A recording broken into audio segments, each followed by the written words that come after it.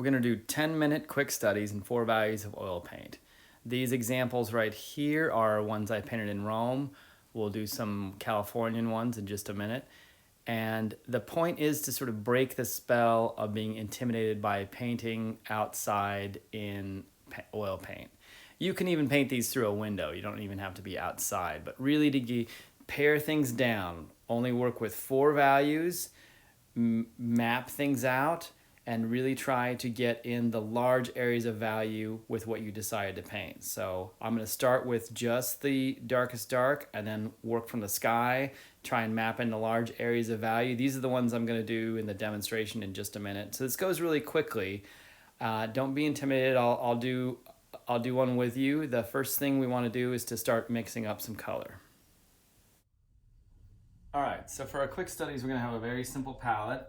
I'm just going to take some umber, and I got some white, and we're just going to have 4 values. So the umber, we'll just take the pure umber by itself as the first value, and then we'll mix up a couple of in-between values, like a dark gray and a light gray, and then we'll have white for the lightest one. So this is pretty basic, but since I'm doing it, I thought I may as well do it with you and show you. So again, I keep my palette clean by mixing in one little area. I have a dirty area because the paint spreads around. Just like smush it and then scrape it and pick it up.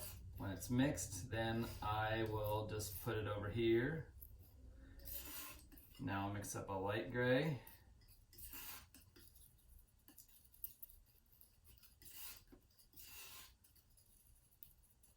Maybe try and match the palette color.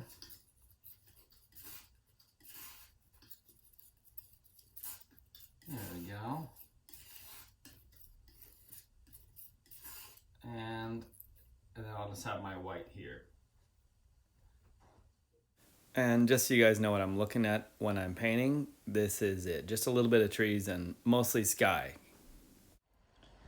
All right, so now we're going to start a 10-minute quick study in the 4 values.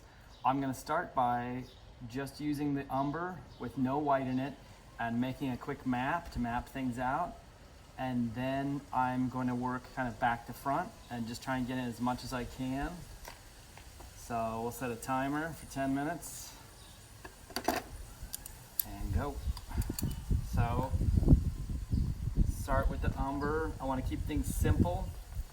Keep things even a little more simple than you think is interesting, because there's plenty to do. So there's a little bit of tree. I like that little bit of things sticking out there. I've got my little maul stick again, which is good for making straight edges if you want.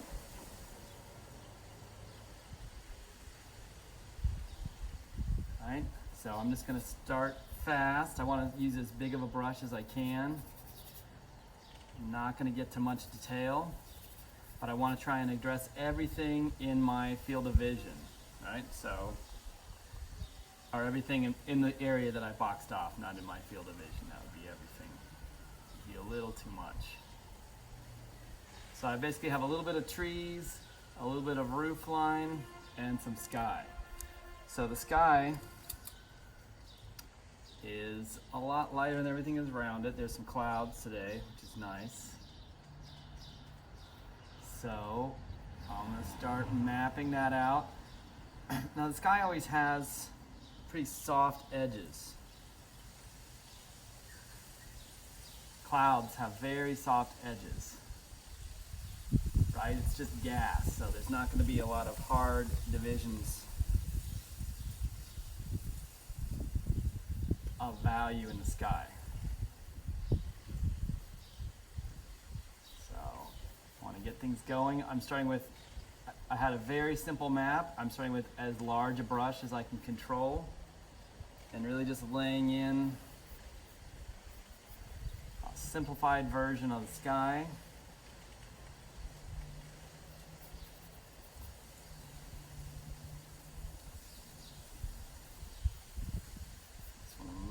Out. So when I say the sky has very soft edges, I'm going to go back and soften some of them up as I go.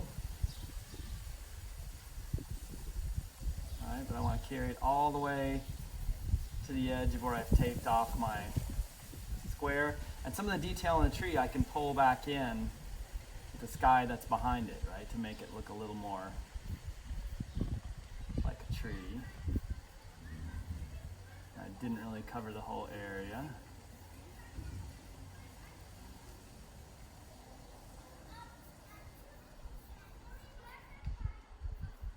Now I want to start noticing what's lighter and darker than what. The sky tends to be pretty luminous. There was an old French rule that said to think of the sky like a white sheet behind everything. That's a little extreme. It's not, sometimes you do have things on the ground that are lighter than the sky, so it's not always the lightest light. This is also where my having that gray ground is helping me a lot because I have no time.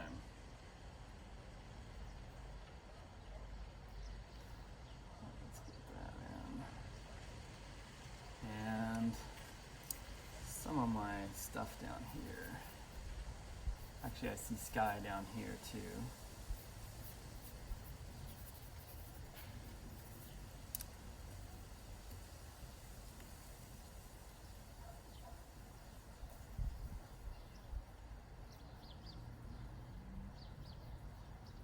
Now we see these trees kind of edge to edge, meaning there's a lot of detail at the outside edge. If you squint your eyes, you get the big value right, and then worry about the detail mostly at the outside edge, it's going to go a lot quicker than looking at a tree with thousands of things on it and getting stressed about it. All right, it's already hard enough.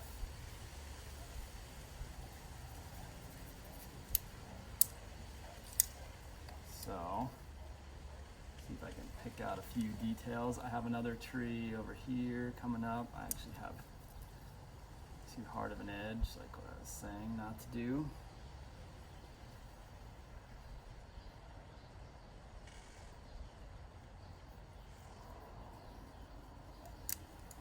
So, a little bit of tree back here. And the small stick's good too. I can rest. If I want to be fine, I can use it for lines, or I can rest it on here rather than resting my hand on the painting, which would of course be super messy.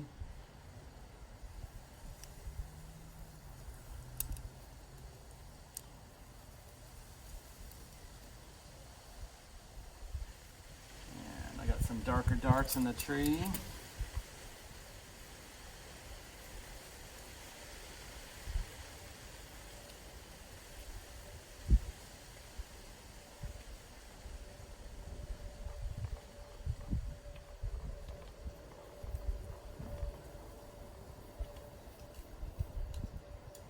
Some darker darks up in here.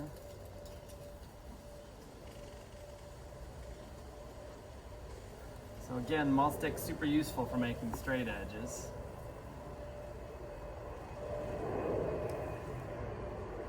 Now I got a plane going over. So apologies on the audio.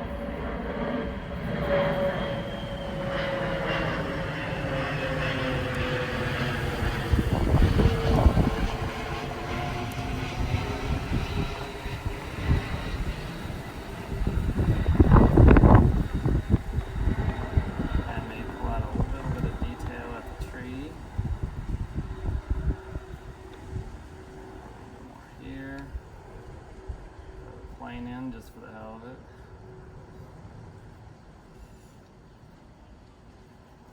So the tree has a lot of information, so I'm just squinting really hard and looking at the big areas. Little overhang on that roof. I really just want to make big decisions about the large areas of value.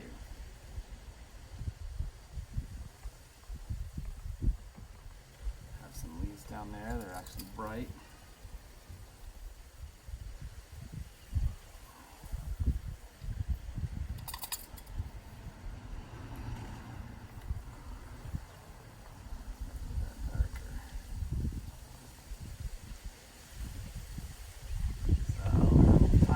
out maybe a few things, but not much. But really, the main point is you want to make a little bit of a map, squint, and try and get your large areas of value differentiated and covered in.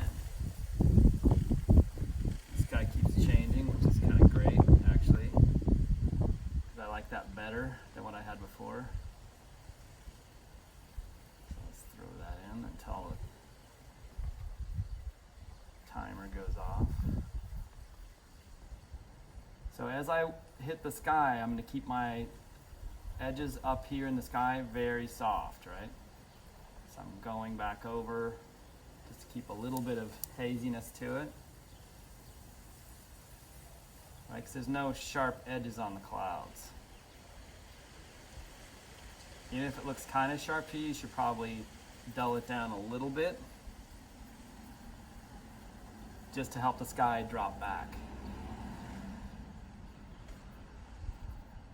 Maybe I can get a little bit more information on the interior of the tree.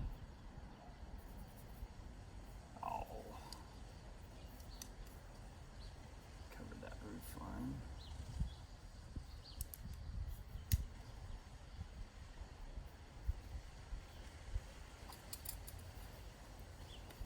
Probably should have kept one brush free for my darkest dark.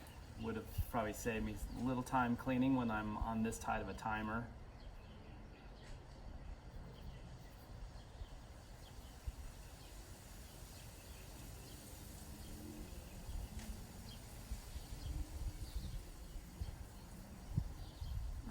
Time to pull out a little bit more detail.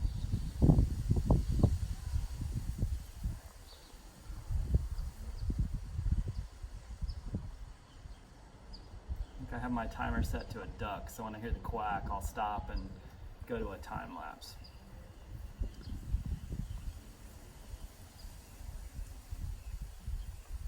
For another one.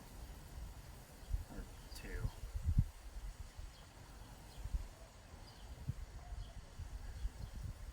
Don't pick too much stuff. Basically I have a couple of trees, a little bit of roof here and there. I don't have a bunch of things in there.